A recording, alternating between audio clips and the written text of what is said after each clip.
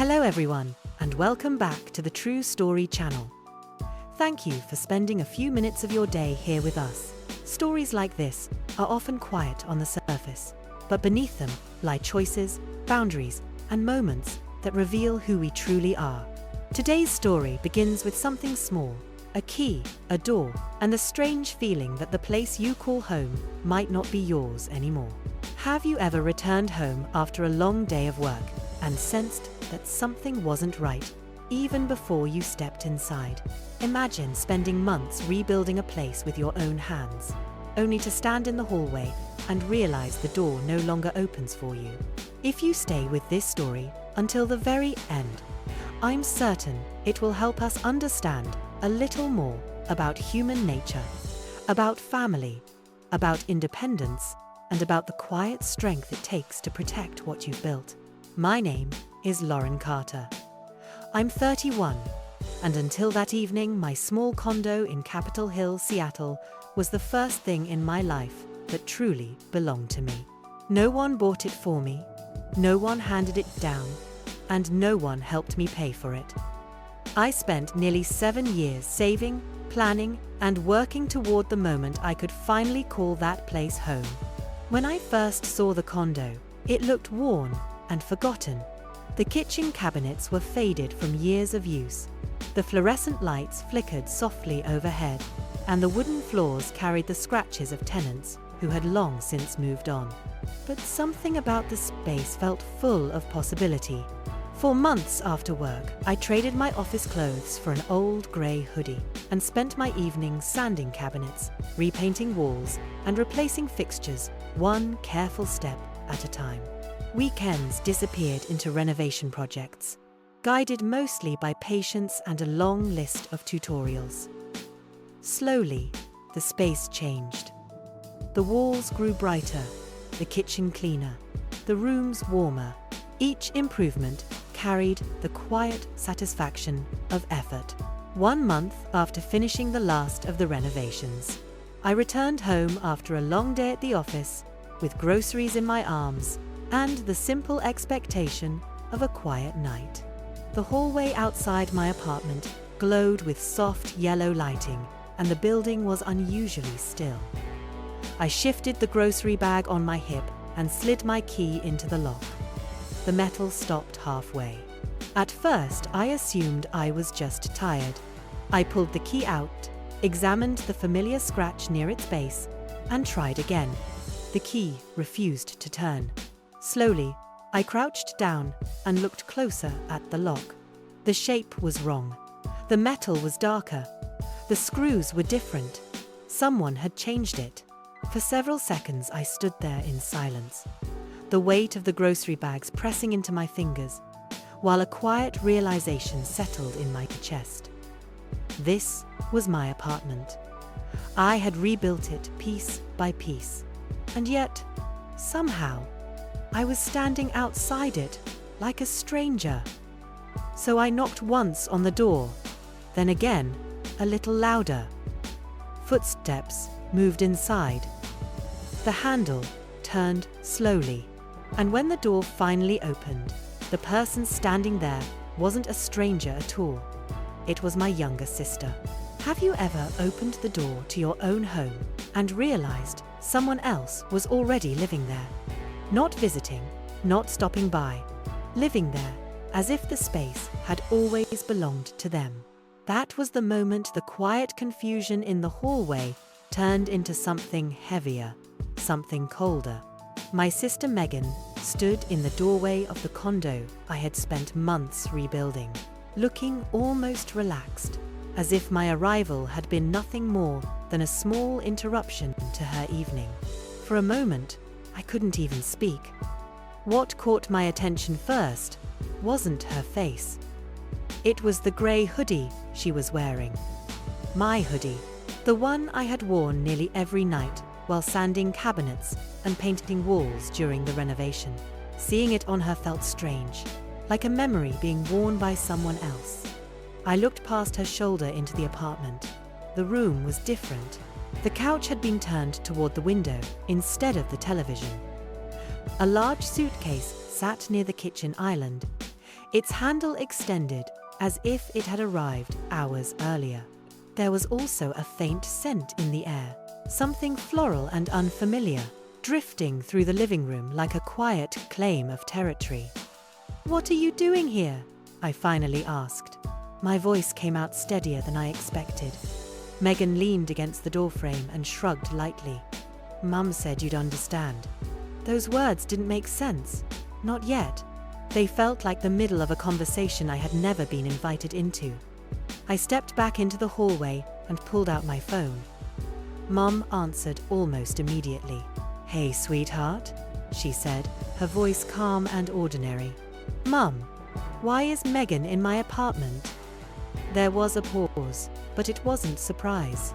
It sounded more like someone choosing the right explanation. "Oh, I meant to call you," she replied. Then the truth arrived slowly, piece by piece. Megan's marriage had fallen apart. The divorce was messy, stressful, overwhelming. According to Mum, the family had decided Megan needed somewhere stable to stay for a while. My condo, apparently, had become that solution. "You're young," Mom added gently. "You can stay with us for a little while." The way she said it sounded practical, almost casual. Like rearranging plans for dinner. I stared at Megan standing comfortably inside my doorway. "That's my place," I said quietly. "It's family," Mum replied. Megan crossed her arms and spoke next. "You're barely home most of the day anyway. I just need stability right now." Stability.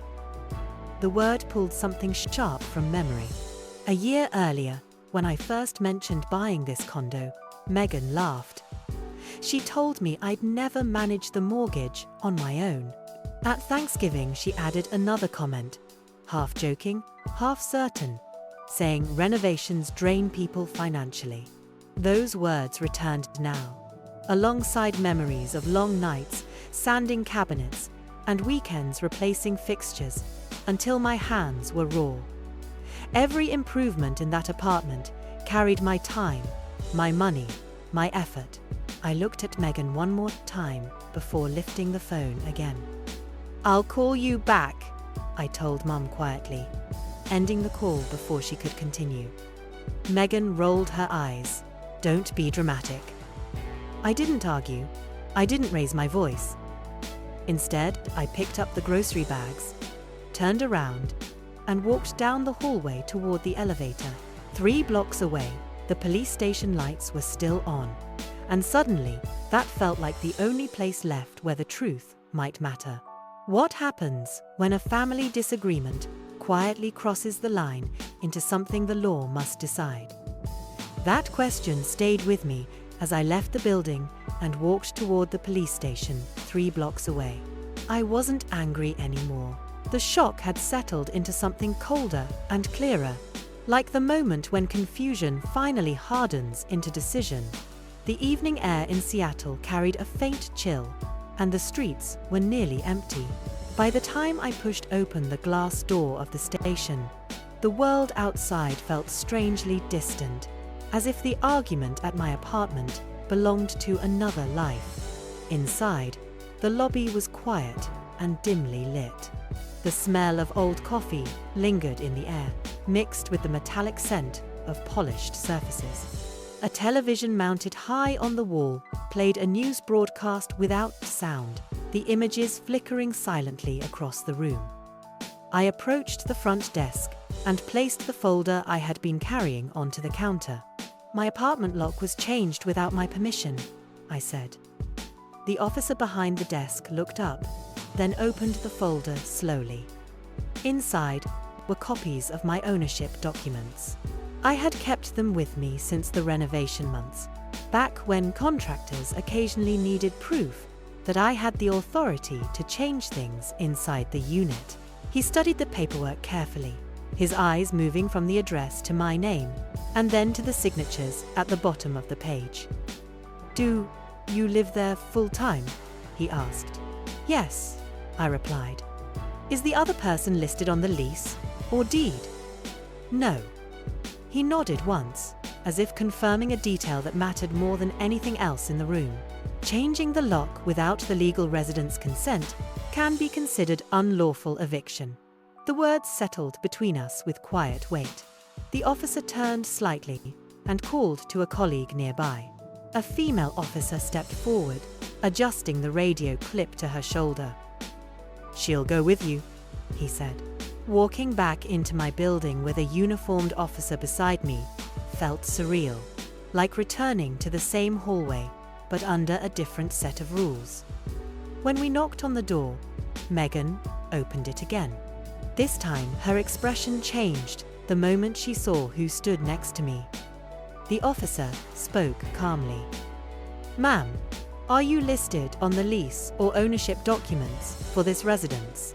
Megan glanced briefly in my direction before answering. "No." The officer nodded. "Then you cannot legally change the locks or occupy the property without the resident's consent." Megan's phone was still on speaker, and our mother's voice suddenly echoed through the apartment. "This is unnecessary," she said loudly. "They're sisters." The officer didn't raise her voice. "This is a legal matter." Then she turned toward me. "Would you like the locks restored?" I didn't hesitate. "Yes." I called a locksmith while we waited. Megan began quietly pulling her suitcase toward the door. Before leaving, she looked at me, disbelief written across her face. "You'd really do this?" she asked. I met her eyes. "You said I'd never afford this place. What does it truly cost to protect the place you call home, especially when the people challenging you are the ones who share your last name?" That question lingered in the quiet hallway long after the locksmith finished his work. The entire process took less than an hour, yet it felt like the closing of a long and complicated chapter. The metallic click of the new lock echoed softly as the locksmith tested it once, then twice, before nodding in quiet confirmation. I paid him myself. It felt important to do that, as if the simple act of handing over the money sealed something deeper than a transaction. Megan didn't argue anymore. She wheeled her suitcase toward the doorway, her movements slower now. The confidence she carried earlier replaced by something more uncertain. When she passed me in the hallway, she didn't look up. The door closed behind her with a muted thud, leaving the apartment wrapped in a silence that felt unfamiliar. That night, my phone rang 3 separate times. Mom's name glowed on the screen each time, but I ignored the first 2 calls. When I finally answered the third, her voice carried the quiet disappointment of someone who believed I had crossed a line. "You embarrassed your sister," she said. I stood in the living room while I listened, my eyes moving slowly across the apartment. The couch sat slightly crooked, as if someone had pushed it aside earlier. One cabinet door in the kitchen hung just a little loose on its hinge. Small disturbances, the kind that could be fixed in minutes. "I protected my home," I replied. There was a pause on the other end of the phone. "She has nowhere to go," Mum said softly. "She has you," I answered. When the call ended, the silence inside the condo felt different from before. Not empty, just reclaimed. I sat down on the kitchen floor and leaned against the cabinets I had refinished with my own hands months earlier. I knew family dinners in the future might carry tension.